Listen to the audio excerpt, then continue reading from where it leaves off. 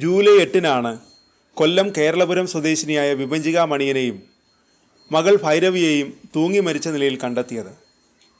Sharjah Al നഹ്ദയിലെ ഫ്ളാറ്റിൽ ഒരേ കയറിൽ തൂങ്ങി മരിച്ച നിലയിലായിരുന്നു മൃതദേഹങ്ങൾ. കുഞ്ഞിനെ കഴുത്തു ഞെരിച്ച് കൊലപ്പെടുത്തിയ ശേഷം കയറിൽ കെട്ടിത്തൂക്കിയെന്നാണ് പോസ്റ്റ്മോർട്ടം റിപ്പോർട്ട്. ദുബായിലെ സ്വകാര്യ കമ്പനിയിൽ HR മാനേജറായിരുന്നു വിഭജിക. പിന്നാലെ വിഭജികയുടെ ഭർത്താവ് ദുബായിലെ സ്വകാര്യ കമ്പനിയിൽ ഫെസിലിറ്റീസ് എഞ്ചിനീയറായ നിതീഷ് മോഹനും കുടുംബത്തിനുമെതിരെ ഗുരുതര ആരോപണങ്ങളുമായി വിഭജികയുടെ കുടുംബം രംഗത്തു വന്നു. തുടർന്ന് നിതീഷ് മോഹനെ 1-ാം പ്രതിയാക്കി കൊല്ലം കുണ്ടറ പോലീസ് കേസെടുത്തു. കേസിൽ ഇയാളുടെ സഹോദരി നീതു 2-ാം പ്രതിയും പിതാവ് മോഹൻ 3-ാം പ്രതിയുമാണ്.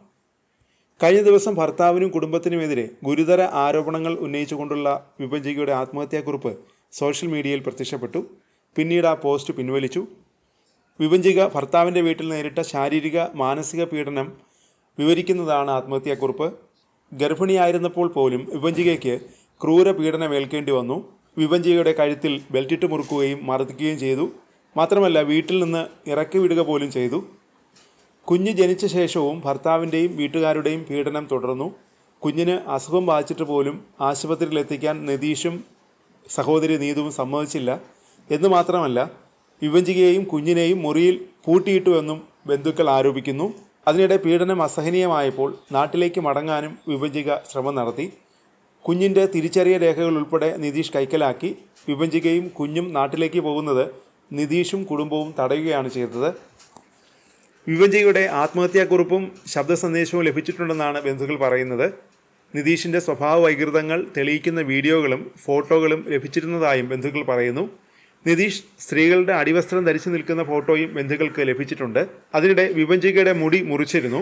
സഹോദരി നീതുവിനേക്കാൾ സൗന്ദര്യമുണ്ടെന്ന് ആരോപിച്ചാണ് നിതീഷും നീതുവും ചേർന്ന് വിഭജികയുടെ മുടി മുറിച്ചതത്രേ. മുഖം വികൃതമാക്കുകയായിരുന്നു മുടി മുറിച്ചതിലൂടെയുള്ള മുഖം വികൃതമാക്കുകയായിരുന്നു ലക്ഷ്യം. അതിനിടെ നിതിൻ വിവാഹമോചനത്തിന് ശ്രമിച്ചിരുന്നു. വിഭജികയ്ക്ക് പക്ഷേ വിവാഹമോചനത്തിന് താല്പര്യമുണ്ടായിരുന്നില്ല. വിവാഹമോചനം ഉണ്ടായാൽ പിന്നെ ജീവിച്ചിരിക്കില്ലെന്ന് വിഭജിക പലരോടും പറഞ്ഞിരുന്നു. മരിക്കുന്നതിന് തലേ ദിവസം വിവാഹമോചനവുമായി ബന്ധപ്പെട്ട് വിഭജികയ്ക്ക് വക്കീൽ നോട്ടീസ് ലഭിച്ചിരുന്നതായി ബന്ധുക്കൾ പറയുന്നു. രാത്രിയിൽ ഫ്ളാറ്റിലെത്തിയ വീട്ടുജോലിക്കാരി വിളിച്ചിട്ട് വാതിൽ തുറന്നില്ല. കുറേ നേരം വിളിച്ചിട്ടും വാതിൽ തുറക്കാത്തതിനാൽ നിതീഷിനെ വിവരം അറിയിച്ചു.